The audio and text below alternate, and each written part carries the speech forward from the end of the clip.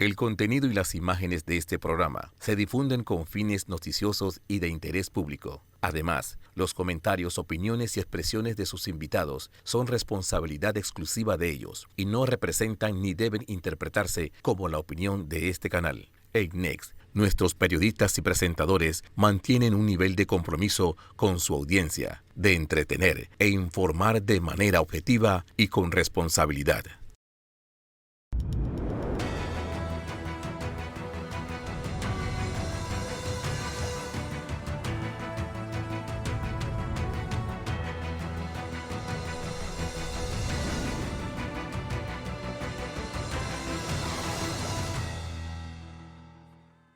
Buenos días, Panamá. Hoy es domingo 24 de noviembre. Usted nos ve por Next, Canal 21, nos escucha por KW Continente. Una semana, en donde el tema seguro social sigue siendo el de principal abordaje.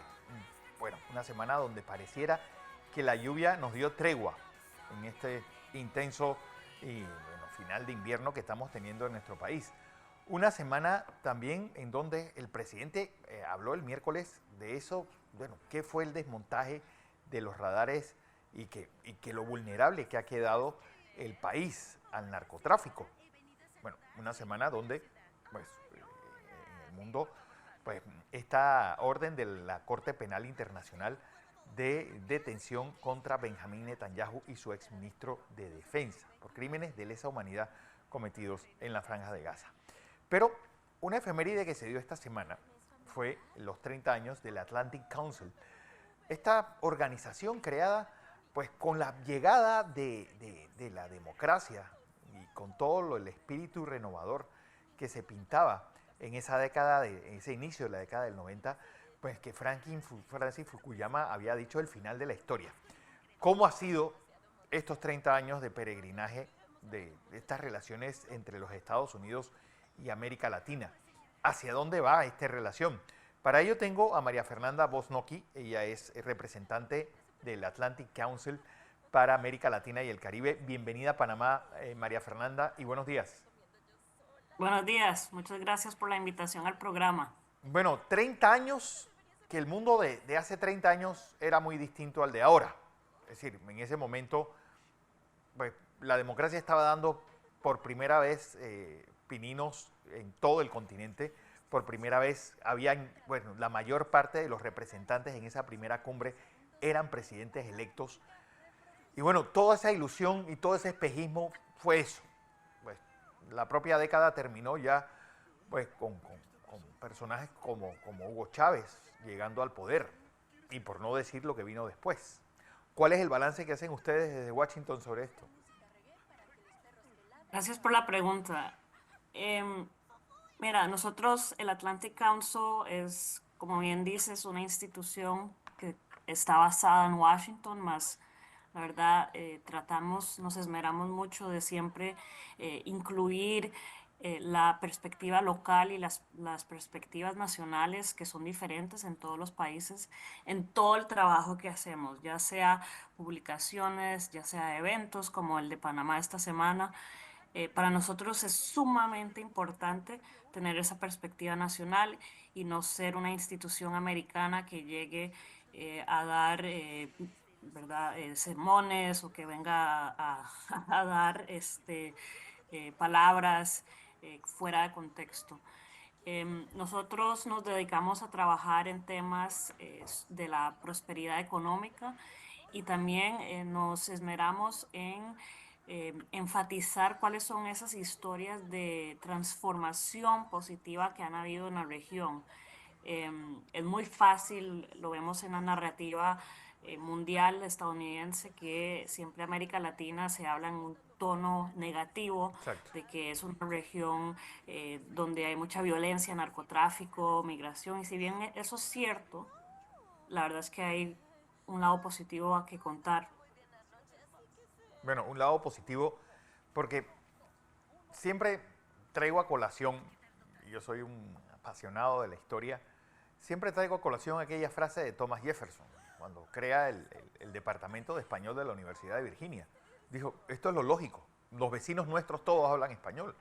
Pero Si uno ve la política estadounidense, bueno, ahora la llegada de Marcos Rubio como secretario de Estado, han tenido que pasar más de 200 años para que alguien realmente vaya a hablar en español con América Latina. Y lo peor es que solamente se habla de temas muy puntuales, Cuba, Venezuela, el muro, pues con, un, con Estados Unidos, con el cual, bueno, México es obviamente el país con que tiene una relación comercial más estrecha, pero el resto del continente, muchos países grandes han pasado de tener a Estados Unidos como su principal socio comercial a tener a China ahora.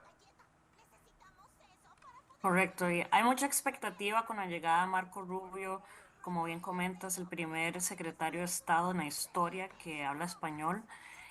Con la administración Biden hubo mucha expectativa al inicio de su administración porque él como vicepresidente había estado visitando la región muchas veces.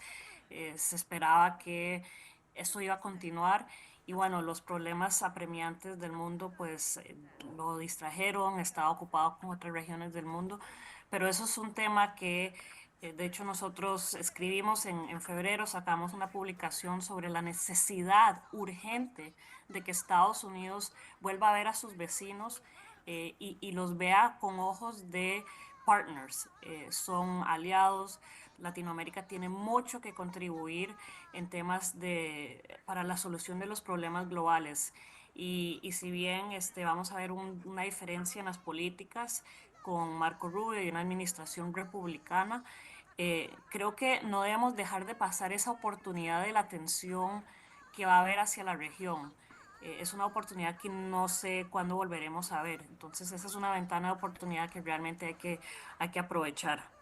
Pero política del buen vecino hace casi 100 años, la Alianza para el Progreso, bueno, a inicios del 60, la Alianza o la Iniciativa para la Cuenca del Caribe, todas se pueden mencionar como, pues, como paliativos, como fracasos históricos, porque a la larga ninguna de estas políticas, a pesar de las buenas intenciones, pues, perduró en el tiempo, ni sirvió para que las sociedades fueran más equitativas, más desarrolladas. Es decir, ¿qué esperar con esos antecedentes en el Atlantic Council?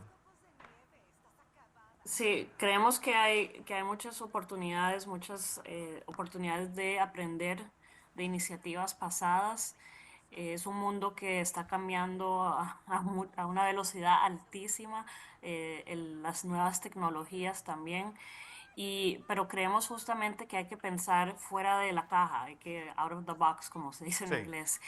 Y los Estados Unidos, mencionabas China anteriormente, los Estados Unidos está perdiendo esa, digamos, carrera, ya sea económica, comercial, diplomática, de influencia con China. Em, pero no tiene por qué ser así. Estados Unidos tiene un arsenal de herramientas a su disposición que pudiera usar para promover lazos más fuertes pero con los países de tiene América un Latina. arsenal, siempre lo ha tenido, pero nunca lo ha utilizado. Es decir, vuelvo y caigo en la pregunta. En 2001 solamente 2 o 3 países del mundo tenían a China como su principal socio comercial. Hoy son más de 150.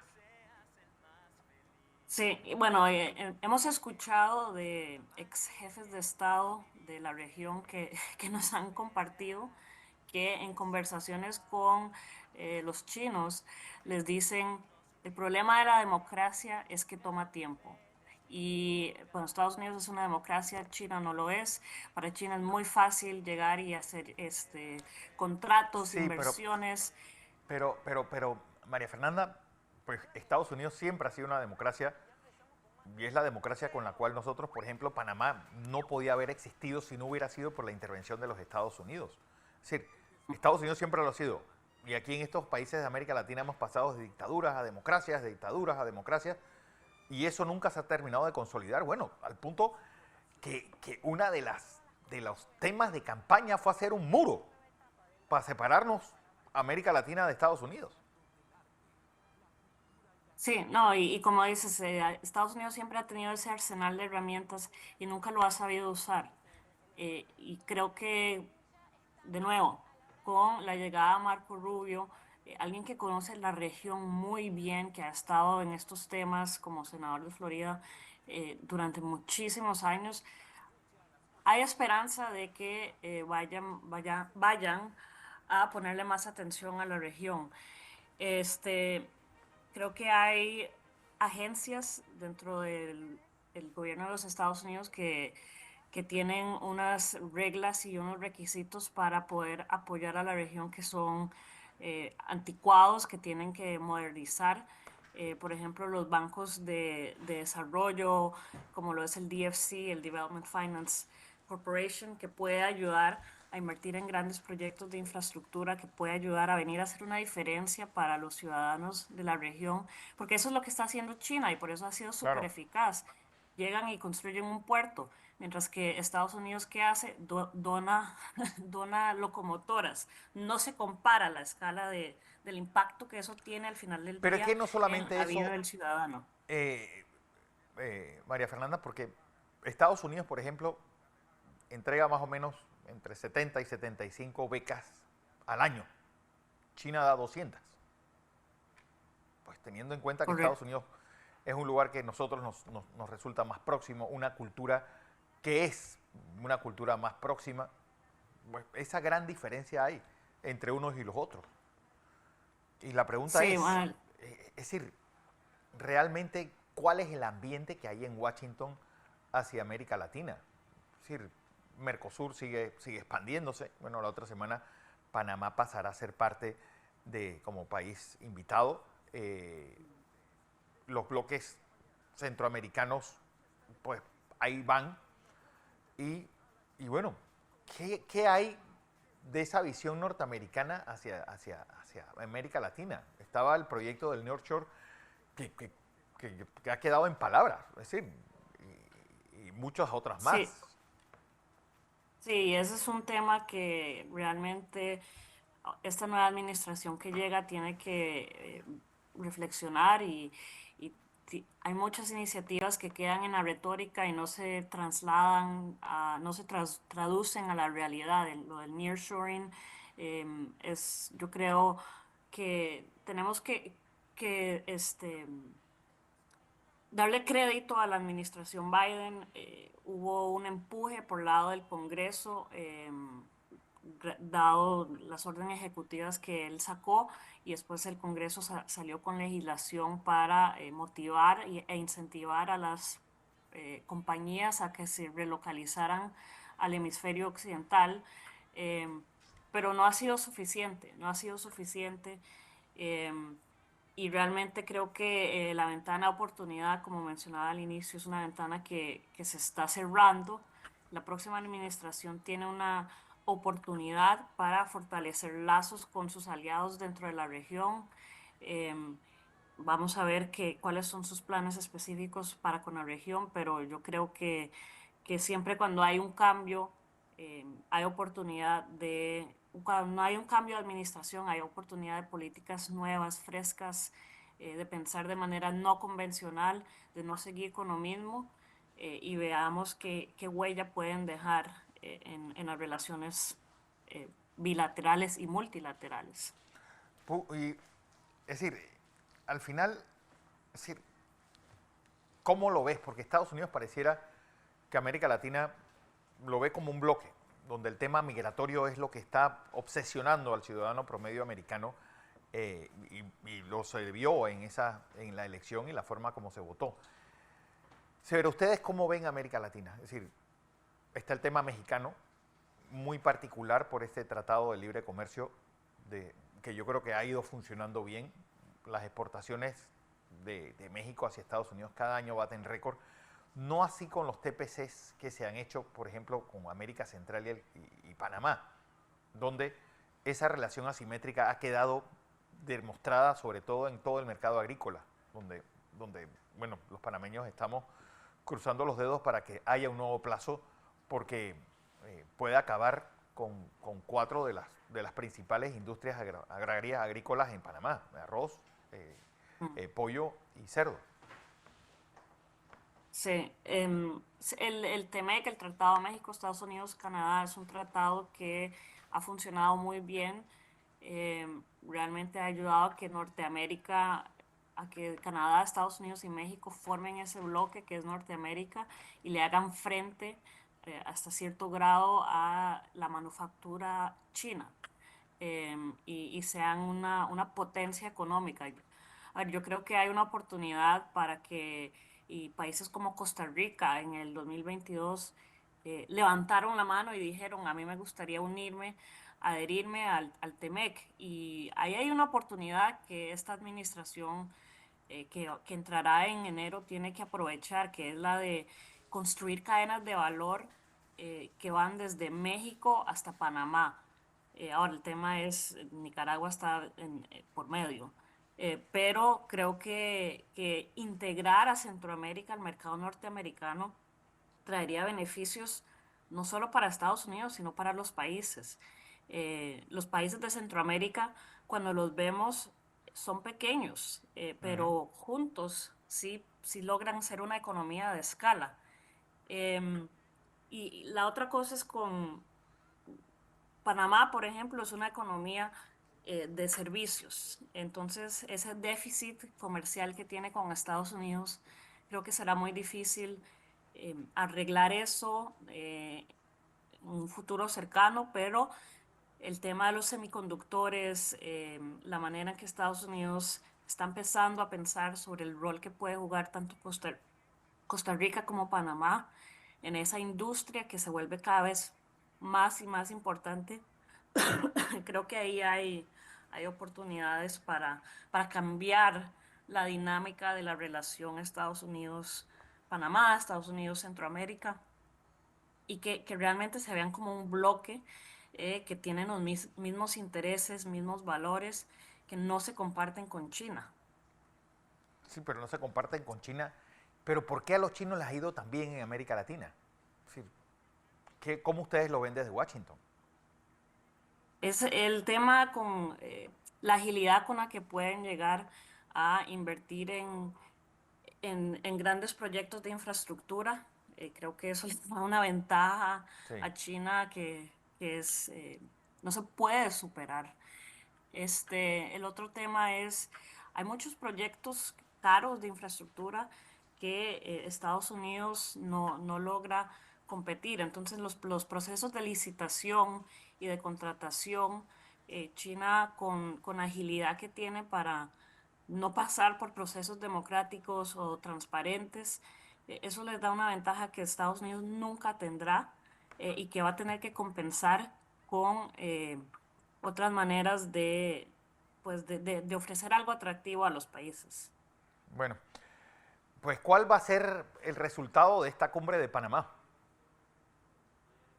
Esperamos hoy jueves, un evento bastante atendido. El, el tema del evento es ver a cumbres futuras. La de la República Dominicana en 2025 es una oportunidad para innovar en los procesos de la Cumbre de las Américas, pensar en cómo enfocarse en los mecanismos de seguimiento de la cumbre, porque a veces se habla mucho, se discuten muchas cosas, pero después no hay seguimiento. Y esos son los temas que se hablan en este evento junto con el Departamento de Estado, la AmCham Panamá, Cámara de Comercio e Bueno, Industrias. que les vaya bien, pues. Bueno, vamos a Gracias. información comercial. Cuando regresemos, hay mucho más. Hoy es domingo 24 de noviembre. Pausa y regresamos.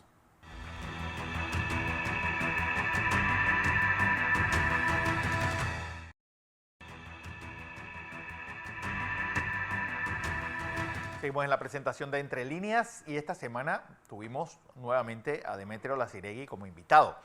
El tema de esta semana, cómo se fue cuadrando el caso de Brecht dentro de los Varela Leaks y de toda esta investigación periodística que él está haciendo. Veamos.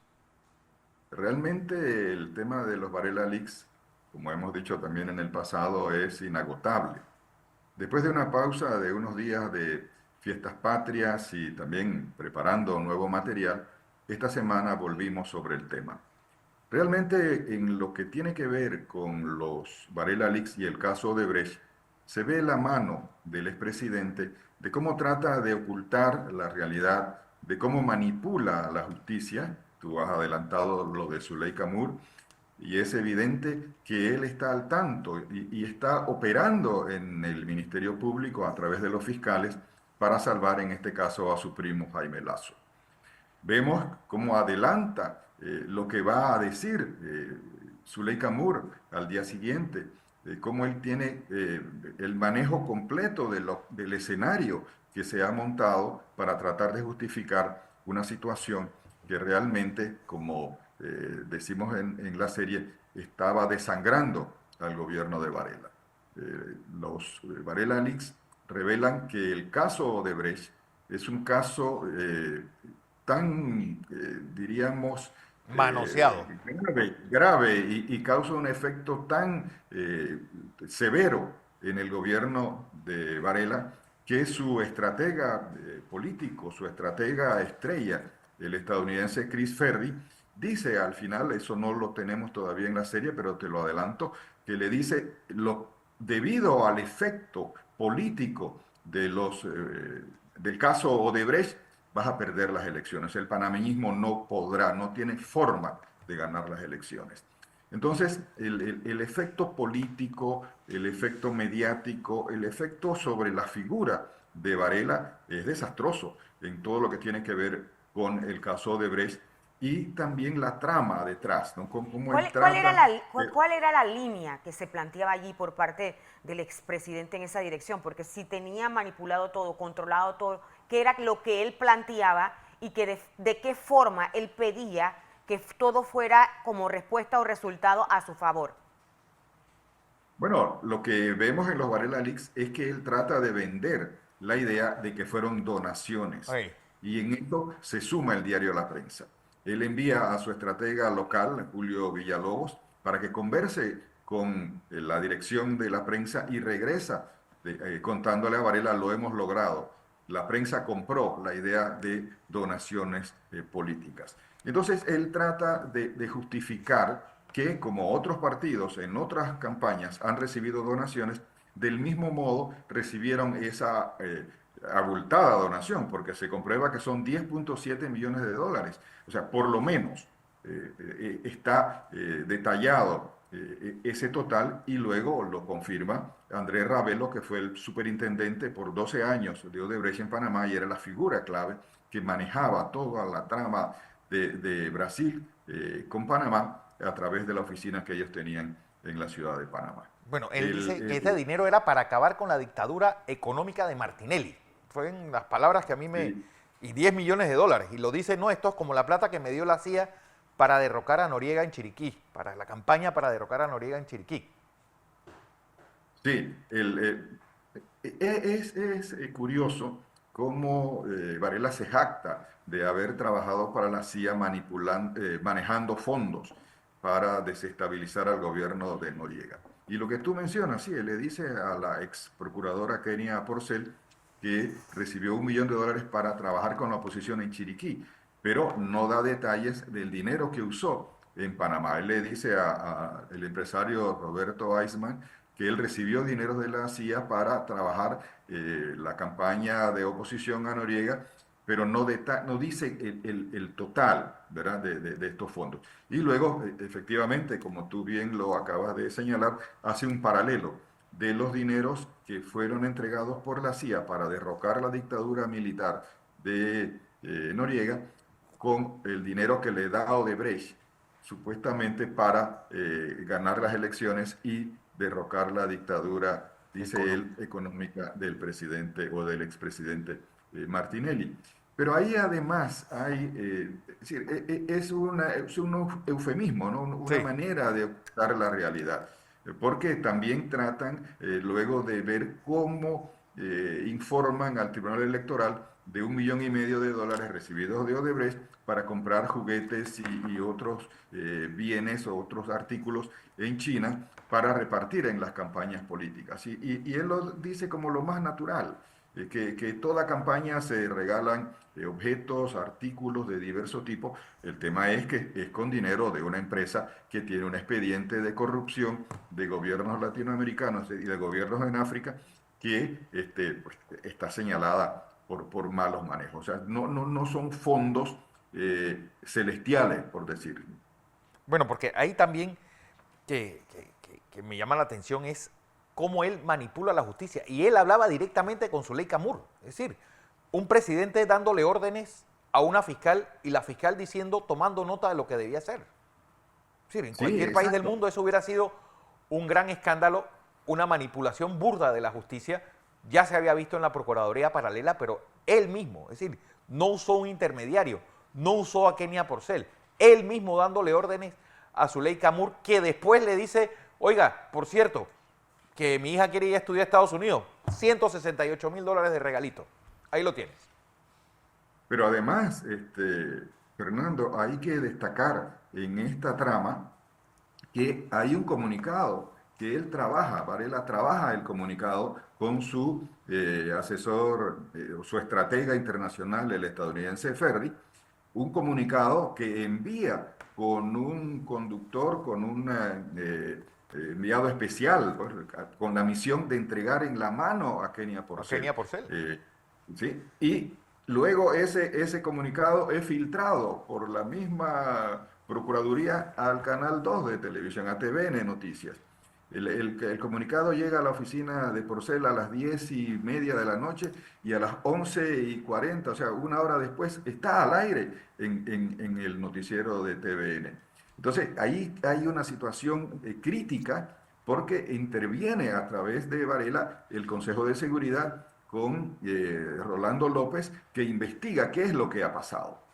O sea, vemos a Varela en acción. O sea, Sí. se filtra una información y enseguida... ¿Y qué decía el interviene comunicado? ¿Qué decía en ese sentido el comunicado? el comunicado daba la versión que Varela quería imponer en la opinión pública referente a las donaciones, el tema Él donaciones. insistía que era dinero recibido por el Era Partido él Panameñista. estaba básicamente hablando de la línea que debía Bueno, plantearse. que hay que remitirse, Exacto, hay que exacto. remitirse, Ajá, la línea. Demetrio. Pero lo que quiero cerrar, disculpa Fernando, lo que quiero cerrar es de nuevo la acción del Consejo de Seguridad actuando en un acto político para favorecer la línea de conducción mediática del expresidente Varela. Es decir, todos los poderes, toda la organización del Estado trabajando en función del interés personal de un O expresidente. sea, como si Eso fuera es. parte de una empresa personal Porque propia. hay algo que también vale la pena notar, Demetrio, y es que Chris Ferry, él le dice a Varela, yo fui cabildero de Odebrecht. Exacto. Yo exacto. entiendo cómo funciona esa empresa y yo entiendo cuáles son las rendijas que hay por la cual uno debe meterse para tratar de salvar los muebles, para decirlo de alguna forma. Exacto. Sí, sí. Chris Ferry, además, esto no lo estamos tocando todavía, pero lo veremos en las próximas semanas, en los que yo denomino los amigos del poder, porque están los amigos del poder y los enemigos del poder. Sí. Chris Ferry tuvo su cercanía con Varela para, primero, establecer en Panamá el Atlas Bank, el que tuvo un escándalo hace meses y fue cerrado. Él logró que en 8 meses se abriera el banco en Panamá, porque él hizo lobby a favor de Atlas Bank. Pero también hizo lobby a favor de Philip Morris, la empresa tabacalera estadounidense, la transnacional tabacalera, para combatir el contrabando de cigarrillos en Panamá. Y él trae a los ejecutivos de Philip Morris a Panamá, se reúnen con Varela, pasan una ley en la asamblea a favor de la transnacional, en fin. Ferry fue una persona no solamente influyente en las decisiones mediáticas de Varela, sino alguien que aprovechó su cercanía al poder para hacer negocios desde el poder con la complicidad o diríamos el beneplácito de Varela. Porque también está, es decir, cómo echarle ese muerto al partido panameñista, y en el tema de Uguá dicen, deja que Popi y Baby Valderrama se encarguen de eso. Y lo peor de todo es que cuando se cambia la directiva, una de las primeras palabras que dice José Blandón como presidente es que ellos nunca recibieron no aparece por ningún lado que hayan recibido donaciones de Odebrecht. Es decir, ese dinero, ¿dónde quedó? Que no hayan pruebas, sí. Sí, y esa es también la angustia de Carlos Dubois, porque él dice, lo que pasa es que los bancos no me están ayudando, no me están dando los informes de las cuentas, porque me imagino que mucho de ese dinero no entró a los bancos. Claro. Dinero que fue lavado de otra manera, además de la campaña política, ¿no? Que se prestaba a usar mucho dinero en efectivo para comprar cosas, pagar gente, movilizar gente, toda la logística, todo lo que había Estaba se todo maneja súper garantizado. bien, mucho dinero en efectivo, ¿verdad? Sí. Mucho dinero en efectivo. Porque le dice, le voy a regalar la postal de la princesa Leia. Le decía, usted es como la Heidi, Jedi Moore. Imagínate. Es decir, hablando del Sí, paralelismo sí, sí. con los personajes de la Guerra de las Galaxias. Es decir, este hombre vivía en un mundo de fantasía donde la realidad y la ficción eran casi iguales. Y luego a la espalda se burlaba, porque Se burlaba de ella, si ¿sí? lo viste, es una burla que él intercambia con Kenia Porcel en relación con una subalterna de la procuradora en ese momento, lo cual también pues, desdice mucho del personaje, como ya hemos señalado. Mira, yo pienso que los Varela Leaks lo que hacen en el fondo es revelar las múltiples caras de Varela, ¿verdad? Desnuda el rostro del personaje porque como bien alaba a alguien, por la espalda lo ataca y eso queda reflejado en los Varela Es Leaks. que Tú mencionaste lo de... básicamente usted que señala que se revela una de las diversas caras, hay un shock cuando lo escuchamos a usted detallarnos minuciosamente y periodísticamente traducido en escrito lo que realmente ocurrió y lo que se plantea dentro de esos Varela. Todos tienen un shock de la realidad, quién estaba gobernando en su momento Sí, eran en hombres de un múltiples país personalidades. versus lo que realmente estaba ocurriendo. Y realmente hoy por hoy la población espera que este tema sea castigado, que sea traído a la palestra, porque realmente lo que se plantea allí, donde se manejaron tantos millones, donde se habló de que se tenía todos los poderes y donde la justicia estaba enfocada hacia otro lado, un lado personal, empresarial, de verdad que deja mucho que decir. Sí, tú mencionaste, Fernando, lo de Carlos Dubois y su terror a que le quitaran la La visa visa. estadounidense, porque él tenía hijos estudiando en Estados Unidos, quería ir a visitarlos y su preocupación, para que veamos, ¿no? El Sí. lado humano y cómo los personajes que salen o protagonistas de esta serie de los Varela Leaks se preocupan de cosas, de nimiedades, ¿no? Hey. Es decir, están en una situación crítica, con un problema con la justicia. ¿Cómo justificar 10.7 millones de dólares? Es una suma exorbitante. Y están preocupados si me van a quitar la visa, si puedo ir a ver a mi hijo. Es decir, en cosas, Porque diríamos... sabían, Demetrio, que la justicia en Panamá no les iba a tocar un pelo. Claro, que por eso había Exacto, tranquilidad. exacto. Sí, sí, sí. Ujú. El otro punto que se destaca y que queda en evidencia en los Varela Leaks es eso, ¿no? La impunidad y cómo al final pues no pasa nada. Esta semana tuve un mensaje de uno de los que señalamos en los Varela Leaks diciendo como que yo estaba soñando, que yo estaba inventando. Y cuando le digo, pero si eso está en los Varela Leaks, decía, no hay cómo negar el intercambio, los mensajes. Dice, lo que pasa es que cuando uno está chateando, a veces inventa o se monta en rumores. Realmente aquí no hay invento, aquí no hay No. rumores.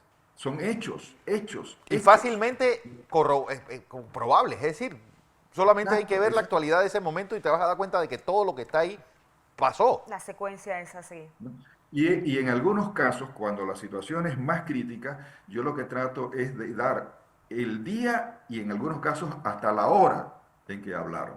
Entonces, no hay cómo negarlo. Y si te das cuenta, Fernando, ninguno de los protagonistas de los Varela Leaks ha salido a decir, no, esto no es cierto, que me manipularon o sacaron de contexto esta conversación. No, los hechos están ahí, la conversación sucedió, se dio en su momento, en una hora específica, en un día específico, en un ambiente específico, en un contexto específico. Entonces, no hay cómo refutar el contenido. lo que viene en estos días, mañana y pasado, es el papel de Poppy Poppy Varela Varela. en negociación de la trama Odebrecht. El artífice de la negociación es Poppy Varela. Ya hemos dicho que estaba de vacaciones en Italia durante un mes. Él intercambia mensajes con Ravelo en Brasil, él está en Capri, está en Florencia, está en Nice, está en Venecia, en fin, está en distintos lugares turísticos paradisíacos de Italia, pero desde allí está operando y está negociando con Ravelo. También hemos dicho, y creo que esto salió o va a salir mañana, que en algún momento de la negociación, Poppy Varela le compra un teléfono prepago a su hermano, el expresidente, para que hable con Ravelo y después descarte, ¿no?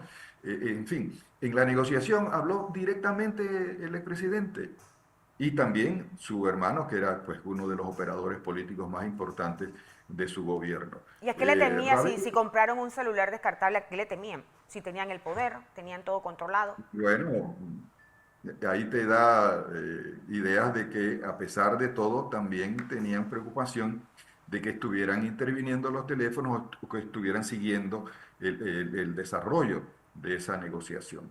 Una negociación que, como dice Poppy Varela, no convenció a Kenia Porcel, quien de alguna manera trató más bien de complicar el proceso.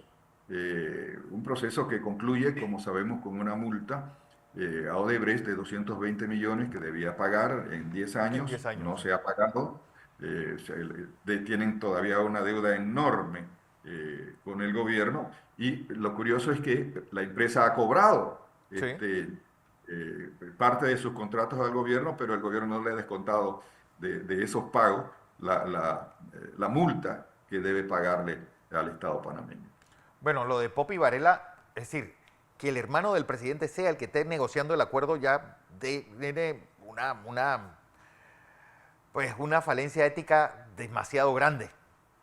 Pero, es decir, a la larga, Él no representaba a la justicia panameña. recuerdo Sí, ese día cómo fueron ellos recortando, y la pregunta es, no sé si sale a través del tiempo, es decir, ¿cuándo hay ese cortocircuito entre Kenia Porcel y Juan Carlos Varela que ella termina metiéndolo a él en este caso de Brecht? Kenia Porcel siempre, a lo largo de la trama, de lo que se ve en los Varela Leaks, fue una persona muy dedicada y muy entregada a Varela. Sí. En todo el proceso, además la manera como el expresidente la conquista, la halaga, intercambia buenos deseos, piropos, se preocupa por ella, por su salud, por sus vacaciones, paga servicios a favor de ella, en fin. Pero Kenia Porcel comienza desde el poder, porque realmente el exministro de la presidencia, Álvaro Alemán, le Sí. dice, pero si Kenia Porcel, solamente Rolando López y tú le pueden hablar a Kenia Porcel. O sea, Kenia tenía un gran poder. Y desde ese poder empezó a armar expedientes. Sí. Expedientes al ministro de Seguridad por tráfico de armas, por corrupción, por Bueno, lo que inventaron en la Procuraduría de Saltarín y después heredó a esta mujer. Exacto. Pero ese poder, aparte de la jerarquía que es estar al frente del Ministerio Público, se la daba al propio presidente. Exacto, ¿no? Y la relación estrecha, ¿no? Permanente. Había No hay, relación personal entre el Sí. presidente, procuradora. muy estrecha, una Personal. relación muy estrecha. No hay en los Varela Leaks nadie con el cual el presidente intercambie tanto que con Kenia Porcel. Yo he dicho que de las 9.000 y tantas páginas que hay en todo el documento, por lo menos el 10%, 900 páginas o 1.000 páginas son intercambios de 3 distintos teléfonos entre el expresidente Varela y Kenia Porcel. Pero Kenia entonces empieza a armar expedientes y le hace un expediente a en algún momento su aliado y la persona que la lleva al Consejo de Seguridad, que es Rolando López. Y ella entra en un choque con Rolando López y trata de que Varela lo saque del Consejo de Seguridad. Yo creo que allí es donde ella se pasó la raya porque puso a Varela en una disyuntiva. ¿Quién tenía más peso Sí. dentro del gobierno? o Rolando López o Kenia Porcel. Entonces, ahí la relación, yo no digo que se enfría, pero ella se resiente, quiere renunciar, en algún momento no lo llama por 4 días y cuando él le reclama dice, no te he escrito porque me pongo a llorar. Entonces él trata de convencerla de que no renuncie, de que no se vaya. Eh, ella, él le dice que la quiere ver en la Casa de las Minas, una casa que había inaugurado ella y que el expresidente tenía llave de Tenía esa llave. casa. Pero ella le dice, no, no, allá no, porque si vamos allá me vas a convencer. Entonces, Oh, hay una situación en la que ella se siente de pronto desprotegida, ya no en el mismo nivel de relación. Es más, le dice que ella le preocupa que cuando salga del cargo puede quedar presa. Entonces, Esperemos. los Varela le dice, no, yo siempre te voy a proteger, siempre voy a estar velando por ti, me voy a preocupar de tu futuro. En fin, cosa que no se puede, o sea, él no puede garantizar eso y como sabemos en la historia, los Varela Leaks se dan a la luz pública como un regalo de fiestas patrias el 5 de noviembre del 2019, 19. hace 5 años. Y Kenia Porcel renuncia bajo la presión de los Varela Leaks y todo como diríamos, el resultado también de la Procuraduría Paralela, ella renuncia 2 semanas después de que se destapan los Varela Leaks. Entonces, si hay alguien que puede dar fe del efecto de los Varela Leaks es Kenia Porcel. Bueno, qué resultado. Wow. vamos a ver en qué termina todo esto. Demetrio Laciregui. Vamos a ver con qué mañana, recuerden, en segundos.com.pa va a traer la redacción de Poppy como armador Del de caso este de acuerdo con Odebrecht. Pues, Y la próxima semana, para dar un adelanto, vienen los amigos del poder. wow. Vamos a hacer cinco entregas sobre, hemos escogido en los Varela Leaks, y yo te diría que aparecen unos 35 personajes favorecidos desde el poder. Pero vamos a escoger 5 para marcar. Y en la Estaremos siguiente atentos. semana, los enemigos del Oh, poder. Ok, así que También ya vamos a saben. escoger 5. Entonces, 5 de los personajes. Sí. próximo miércoles, Demetrio Laciregui, los amigos del poder aquí. En Next Noticias. pendiente. Pendientes con esa serie. Bueno, era lo que teníamos que contarles en la mañana de hoy. A todos, gracias por su audiencia. Pues creo que ya hay decenas para este domingo, para el sorteo dominical. Atención, porque Don Monchi Díaz y KW Continente están pues pronosticando la decena del 794 y arrópese con el 3. A todos, gracias por su audiencia. Felicidades a Don Lucho Moreno, que hoy está llegando a 94 años de edad. Así que a todos, también a los que cumplen en el día de hoy. Mañana más, 6 en punto de la mañana, en la edición matutina de Next Noticias.